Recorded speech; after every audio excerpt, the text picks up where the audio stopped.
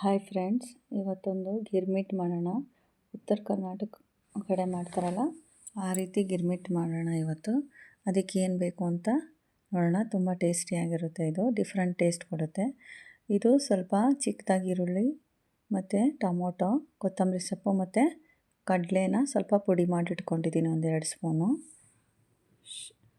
ಒಗ್ಗರಣೆಗೆ ಹಸಿಮೆಣ್ಸಿನ್ಕಾಯಿ ಜಜ್ಜಿಟ್ಕೊಂಡಿದ್ದೀನಿ, ಜಜ್ಜಿದ್ರೆ ಚೆನ್ನಾಗಿರುತ್ತೆ.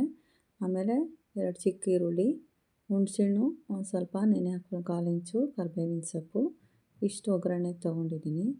ಮೊದಲು ಎಣ್ಣೆ ಇಟ್ಬಿಟ್ಟು ಸಾಸಿವೆ ಜೀರಿಗೆ ಹಾಕಿ, ಶೇಂಗಾ ಬೀಜ ಹಾಕಿ, ಕರಿಬೇವಿನ ಸೊಪ್ಪು, ಹಸಿಮೆಣ್ಸಿನ್ಕಾಯಿನ ನಾನು ಜಜ್ಜಿ ಹಾಕ್ತಾಯಿದ್ದೀನಿ, ಸ್ವಲ್ಪ ಡಿಫ್ರೆಂಟ್ ಟೇಸ್ಟ್ ಬರುತ್ತೆ ಅಂತ.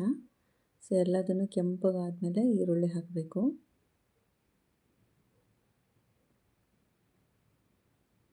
ಮೆಣಸಿನ್ಕಾಯಿ ಹಾಕ್ಕೊಂಡು ಲಾಸ್ಟಲ್ಲಿ ಈರುಳ್ಳಿ ಹಾಕಬೇಕು. ಅದು ತುಂಬ ಇದಾಗಬಾರ್ದು. ಉಪ್ಪು, ಅರಿಶಿನದ ಪುಡಿ ಹಾಕಿ ನೀಟಾಗಿ ಬೇಯಿಸ್ಕೊಬೇಕು. ತುಂಬ ಕ್ರಿಸ್ಪಿ ಆಗಬಾರ್ದು ಈರುಳ್ಳಿ, ಮೀಡಿಯಮಾಗಿ ಬೆಂದರೆ ಸಾಕು ಇದಕ್ಕೆ.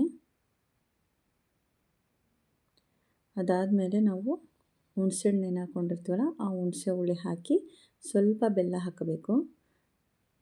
ಬೆಲ್ಲ ಇಲ್ಲಾಂದರೆ ಸಕ್ಕರೆ ಸ್ವಲ್ಪ ಹಾಕಿಬಿಟ್ಟು ನೀರಿನ ಅಂಶ ಒಂದು ಸ್ವಲ್ಪ ಹೋಗೋವರೆಗೂ ಒಂದು 2 ಮಿನಿಟ್ಸು ಬಿಡಬೇಕು. ಅದಾದಮೇಲೆ ನಮಗೆ ಒಗ್ಗರಣೆ ರೆಡಿಯಾಗುತ್ತೆ. ಈಗ ನಾನು ಮಂಡಕ್ಕಿನ ತೊಗೊಂಡಿದ್ದೀನಿ, ಪುರಿನ, ಅದಕ್ಕೆ ಮಾಡ್ಕೊಂಡಿರೋ ಒಗ್ಗರಣೆನ ಹಾಕ್ಕೊಂಡು ಅದಕ್ಕೆ ಹೆಚ್ಚಿರೋ ಈರುಳ್ಳಿ, ಟೊಮೊಟೊ ಮತ್ತು ಕಡಲೆಪುಡಿ, ಈರುಳ್ಳಿ, ಟೊಮೊಟೊ, ಕೊತ್ತಂಬರಿ ಸೊಪ್ಪು ಮತ್ತು ಕಡಲೆನ ಪುಡಿ ಮಾಡಿಟ್ಕೊಂಡಿರೋವಂಥದ್ದನ್ನು ಹಾಕಿ ಬೇಗನೆ ಮಿಕ್ಸ್ ಮಾಡಬೇಕು. ಇಲ್ಲಾಂದರೆ ಪುರಿಲಿರೋ ಕ್ರಿಸ್ಪಿನೆಸ್ ಹೋಗಿಬಿಡುತ್ತೆ. ನೀಟಾಗಿ ಮಿಕ್ಸ್ ಮಾಡಿಕೊಂಡ್ರೆ ನಮಗೆ ಉತ್ತರ ಕರ್ನಾಟಕದ ಗಿರ್ಮಿಟ್ಟು ರೆಡಿಯಾಗುತ್ತೆ.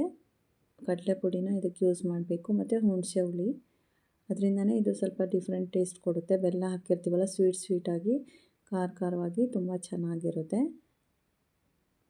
ನೋಡಿ, ಗಿರ್ಮಿಟ್ ರೆಡಿ ಆಯಿತು. ಇದ್ರ ಮೇಲೆ ಮಿಕ್ಸ್ಚರ್ ಹಾಕಿ ಮತ್ತೊಂದು ಸ್ವಲ್ಪ ಹಸಿ ಈರುಳ್ಳಿ, ಕೊತ್ತಂಬರಿ ಸೊಪ್ಪು ಹಾಕ್ಕೊಂಡು ತಿಂದರೆ ತುಂಬಾ ಚೆನ್ನಾಗಿರುತ್ತೆ.